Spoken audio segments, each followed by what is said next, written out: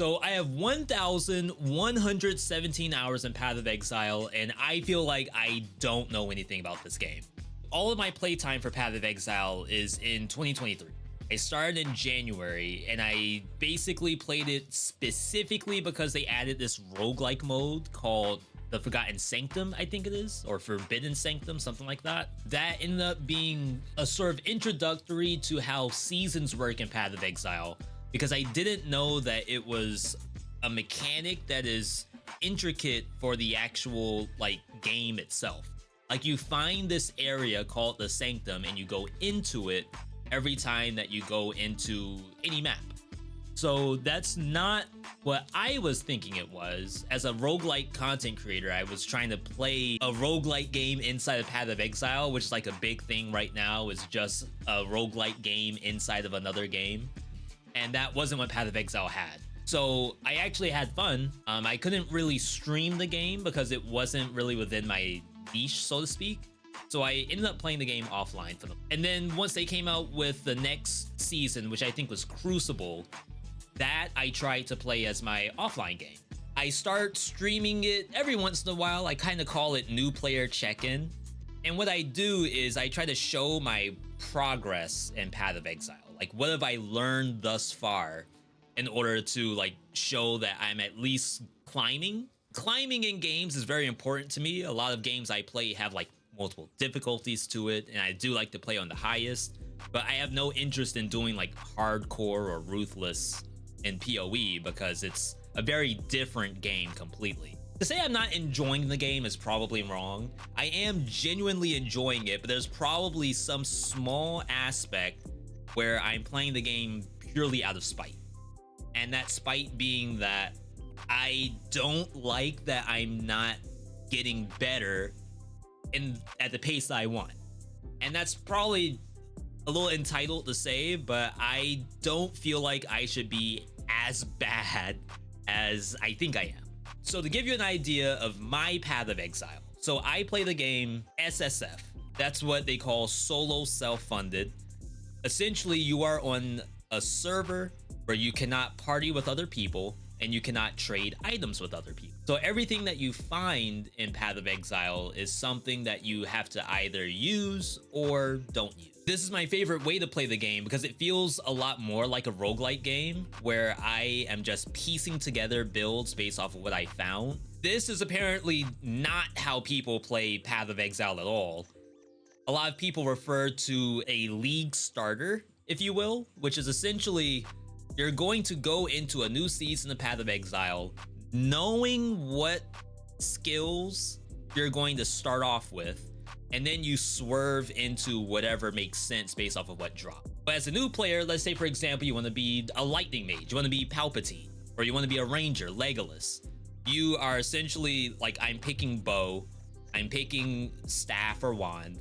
I see bow attacks, I see lightning attacks, and I just use those until I find something that's fun, compared to veteran players who are like, new season starting, I'm gonna play lightning conduit in order to like get to a certain stage of the game where I can swerve into lightning tendrils. And I'm making up terms at this point, but that's basically the general gist of it, is that as the new player, you are almost playing it as a pure use it as you see it. Now, this video is not like a tutorial on how to like get strong or how to never die in Path of Exile again. This is almost a complainer, if I want to be perfectly honest, but there's a lot of fun in Path of Exile. I just want to get my thoughts out on why I feel so bad about where I'm at in 1,000 hours. Let's do a quick YouTube search of Path of Exile Affliction. Affliction, get this first. So this might be like a little bit of a guide. Affliction, how it works, cracked with examples, how to farm Affliction. Beginners, Path of Exile's Beginner's Guide. This is like a really, really big part of Path of Exile YouTube community, is like beginner's guides. And for the most part, they do exactly what they say they do, but the number one thing for guides on how to like learn Path of Exile is to find a guide for Path of Exile. And that feels so backwards to me. I would say this is 99% of the tips that I get for Path of Exile as a new player was to pull up a guide and follow that to the T. And I understand that PoE is a complex game. I understand that the passive tree is very, very daunting. And I can guarantee you I did not learn all of that from scratch. I do look at content creators because I enjoy watching them.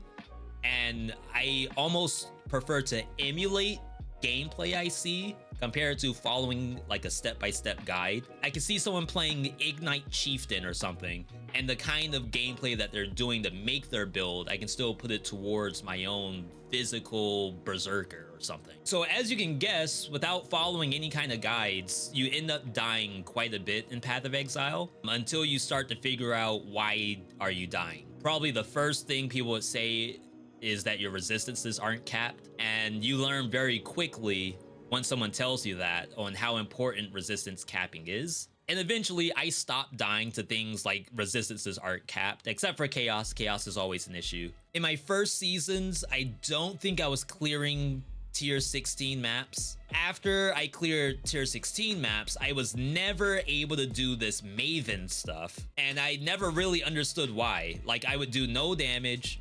Some of the fights had like light MMO mechanics to them, managing stacks, making sure you don't get one-shotted by certain attacks, like tank busters, things like that. I think it was the season that had tattoos in it, where I was playing Fire Chieftain, and that was the first season I was able to defeat the Maven things. That was because I was playing a totem build, and totems did all the work, and I really didn't have to do anything but stay alive. But as I said, it ebbs and flows because I still reach this plateau where I cannot get any better. I'll eventually clear the Eldritch stuff, which gets you like higher tier maps, and then that's like my limit. I couldn't get over the next set of content, which is essentially doing specific boss fights from different kinds of Eldritch tribes. I don't even understand what to call this stuff, but basically the idea is that I'm now in like a third tier of content, and there's still like a bunch of tiers above that, and that was the plateau for the totem build because I couldn't kill them fast enough and I was just dying.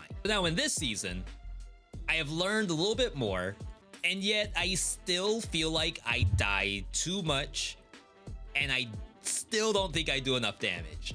It's weird to say because every time I get a little bit of something, it does feel good until I reach another plateau where I die again. In the very beginning of this season, I was playing, is it Molten Strike? Yeah, okay. So in the very beginning of this season, I was playing Molten Strike because I happened to pick up a fire axe from the NPC that actually gives you free uniques for some reason. And it had this nice fire axe that had fire penetration built in and bonus damage to fire.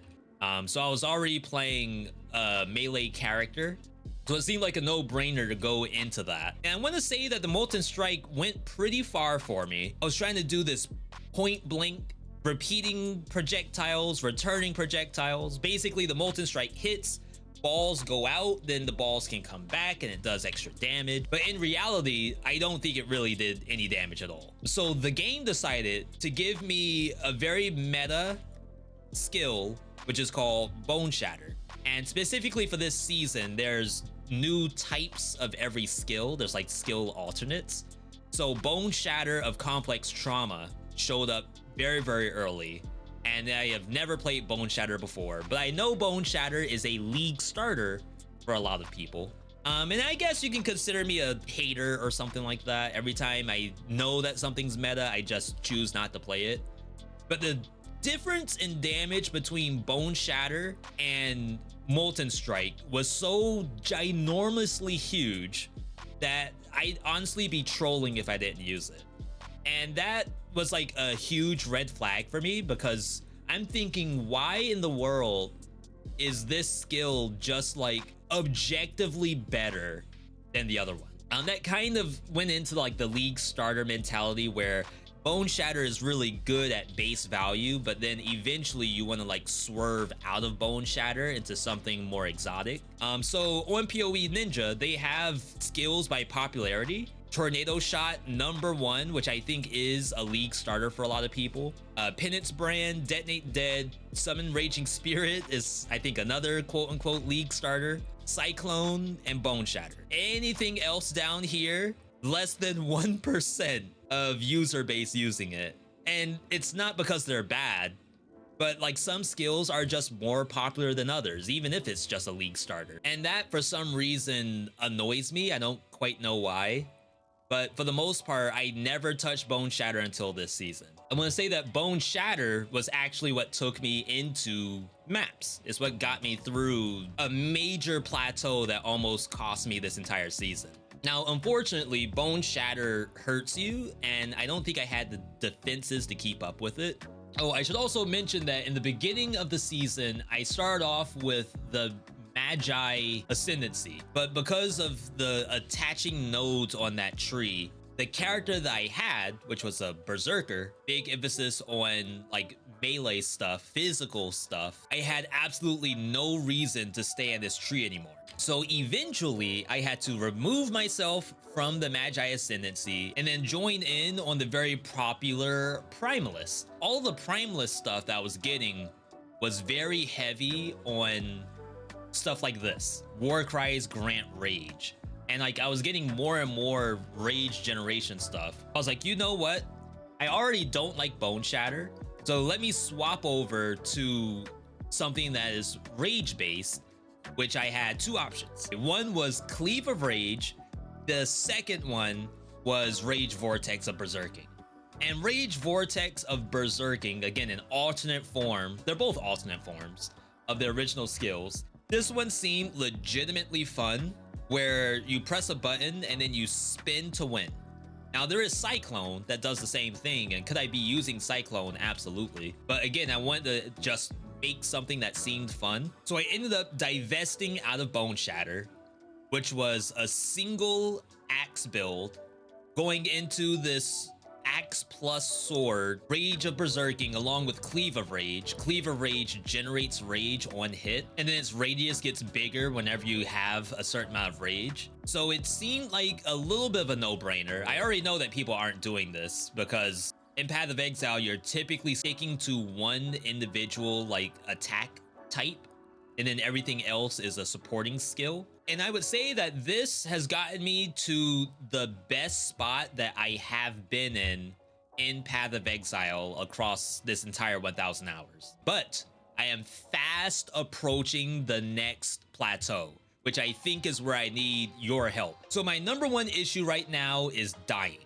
And it's not so much that I don't do enough damage, thus I am dying. It's more so I get popped by stuff. And when watching like hardcore players, like people who play literal hardcore mode, they talk about shotguns and stuff like that. Those would actually kill most players. But I think there becomes a point where you don't ever die to that stuff based off of what the build is. And I don't know how to get to that point on this one. So to give you a couple of reasons as to why I can't get to that point, right now, we're spec'd into 2 jewelry pieces that give me almost no survivability. So there is this chain belt. This one gives me a little bit of life, a little bit of chaos resistance. But the main reason we're using it is because it's a rage generator for me. If I get down to a certain level of rage, I'll get cursed. And if I can remove that curse, then I get bumped up to maximum rage. And whenever that happens, it feels incredibly good.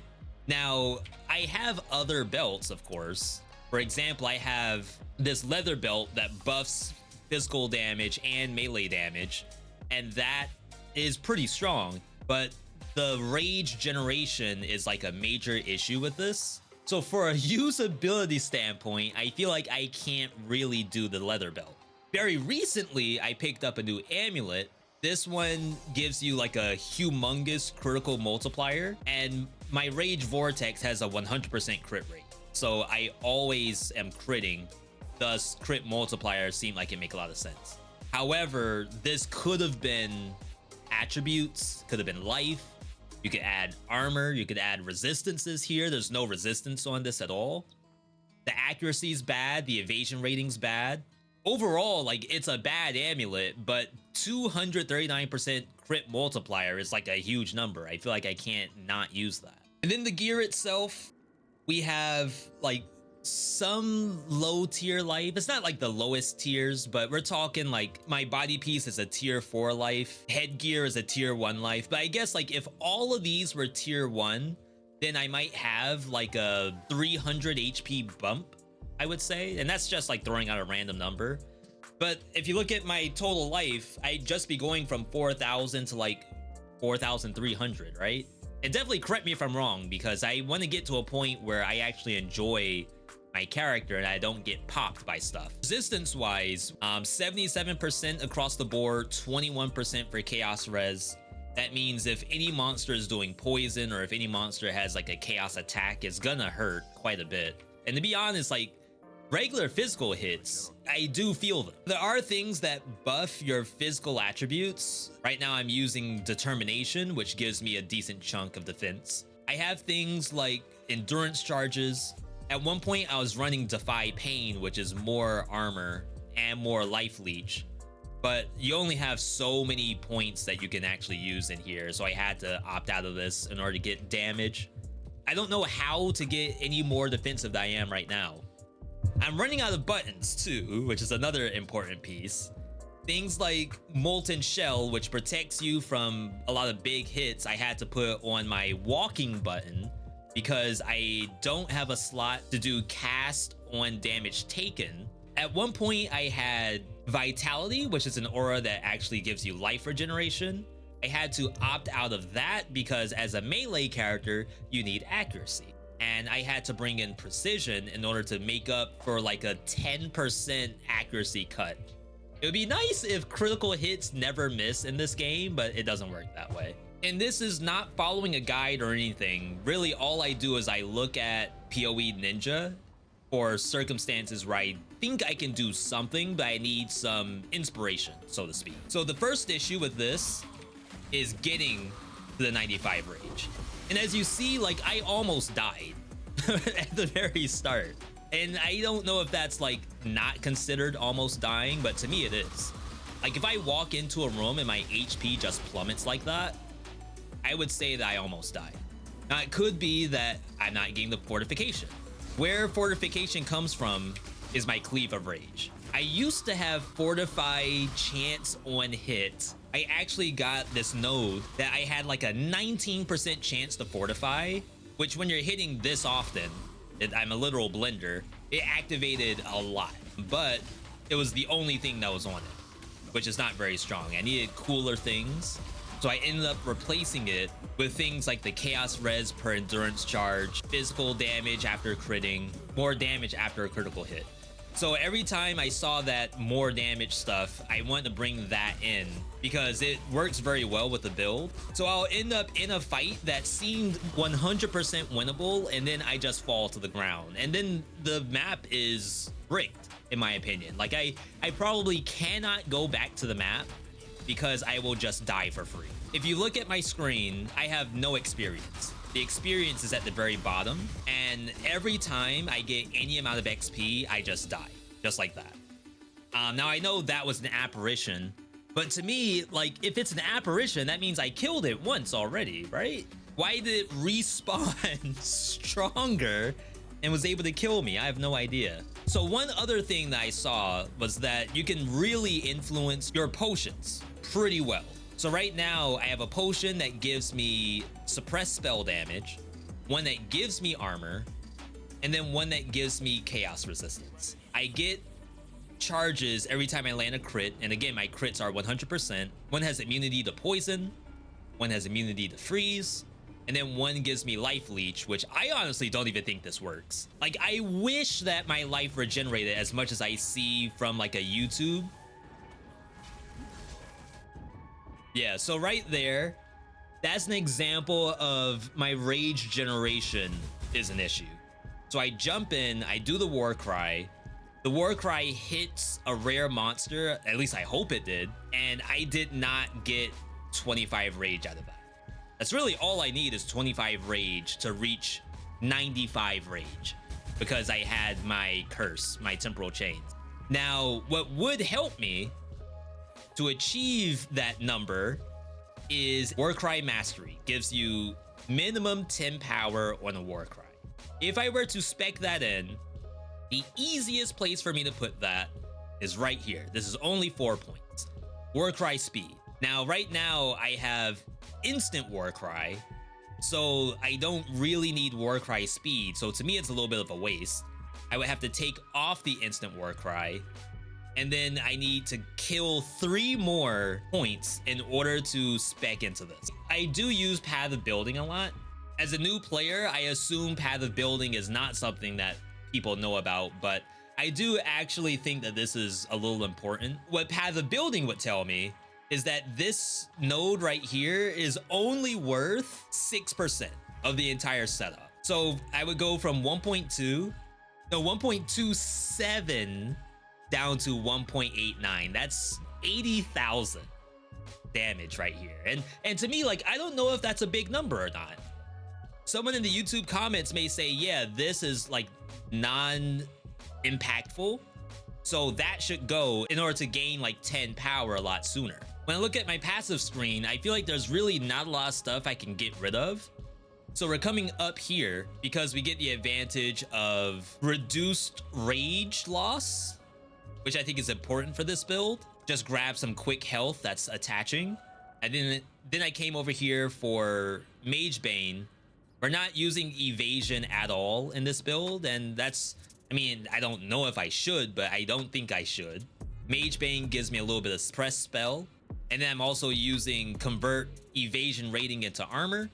We come up here. I used to have a large socket, but unfortunately, again, from watching content about Path of Exile, my large socket was 11 slots, and people, I guess, consider that wasted passive points. So I got rid of my entire large socket, and I came up here, grabbed armor life, another endurance charge so I can be at 5 max, more life, and then disembowel so we stuck in another damage piece. So it's like, I don't know what I can get rid of. I don't know what would give me survivability. There's things like maximum resistance here, which is great. I would love to get that, but that again, 3 points. I'm already level 92 and I am not getting any XP at all. I'm basically losing all of it because I die so much. That's the plateau I'm talking about.